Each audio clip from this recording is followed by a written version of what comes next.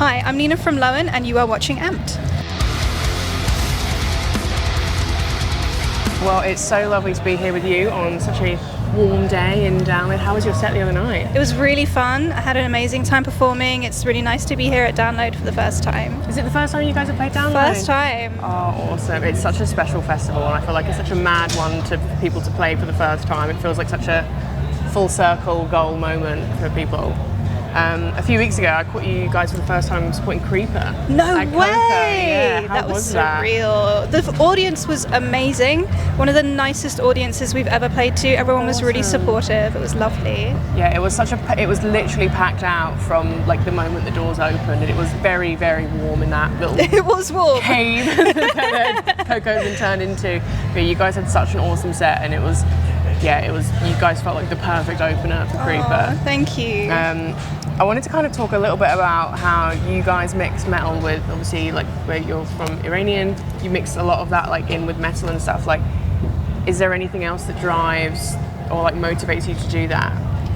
It was kind of a natural thing. I always wanted to hear music that I grew up with, but also metal. Like, I think they're both really heavy. I think the topics kind of are really, they go well together. I never really like contrived to do it. It just came together naturally. Like, I grew up listening to bands like System of a Down and Malakesh, who like also do that, and it's kind of part of my culture in a way. And I think the great thing about metal is that it's really diverse, and I think it just naturally takes to like whatever you throw at it in a way. Yeah, that's awesome. I mean, I was kind of leading on to the next question really. Like, do you feel your Iranian heritage influences your writing style at all in any way? I mean, you say like how it just came naturally, but do you know, is there anything else that you think that it kind of has an influence on at all? Yeah, definitely. I mean, I grew up like with Iranian mythology and Western mythology at the same time. I'm gonna have to use the fan. No, it's really use hot. the fan, please. You can have some too. It's like boiling in here. I mean, it feels like Iran.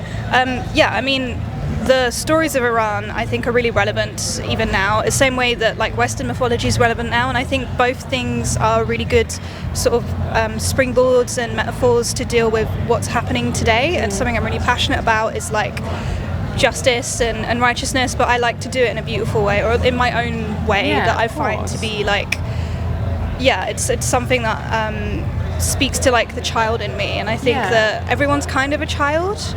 And I think everyone can kind of agree that like we should protect that innocence. I think music has such a powerful way of doing that as well. It's like you hear an artist you've not listened to in years, and suddenly it's like something within you, like from a younger self, is like, oh my god, this like makes me so happy. And I think music is such a powerful way to kind of tap into that. So I love that. Oh. But do you find like audiences react differently to different, like, well, I see with the audiences, like different audiences, like depending on where you're playing, or like how to like what the some sort of different reactions you guys have had from that? We've had some very varied reactions, mostly positive, thankfully, but we've had like a handful of bad reactions for sure. Like, some people find it controversial when you have an opinion on something, which I think everyone has experienced. Yep.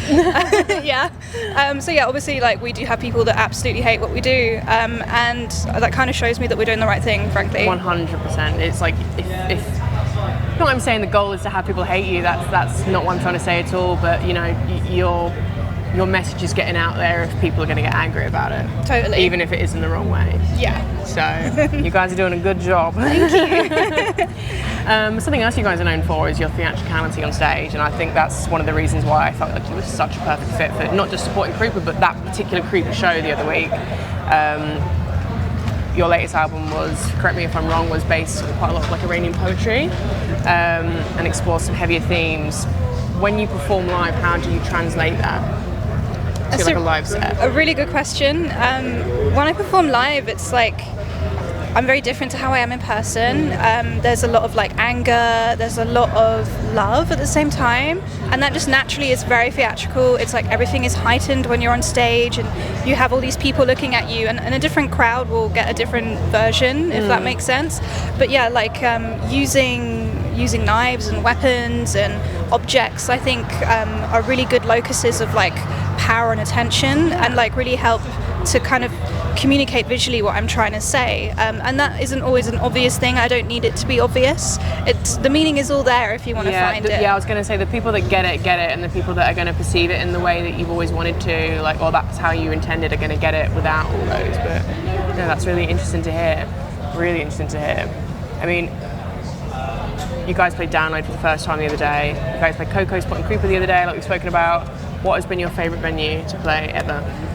Wow, that's a really good question. I think there was a venue in in the Netherlands, 013 in Tilburg, and that's where they do Roadburn a lot of the time. It's a huge venue. It's the biggest venue we've ever played, and it kind of feels like the crowd is like collapsing in on you. It's like a big wave, the way it's set up. And when we got on that stage, it was enormous, and we were like, why are we here? We had proper imposter syndrome. And then the venue itself was just really nice. Like, European hospitality is unrivaled. 100% is. Like a European ride, if people don't know what a rider is so much better. In the UK, you get a 6-pack of Red Stripe if you're lucky. You get like a full 3-course meal in Europe, like when they kind of host you. But yeah, the Netherlands especially, I feel like is such a good place to play shows as well. You can't go back. No. Like, I would play every show there if I could. Yeah, no, I get that. Trust me, I do.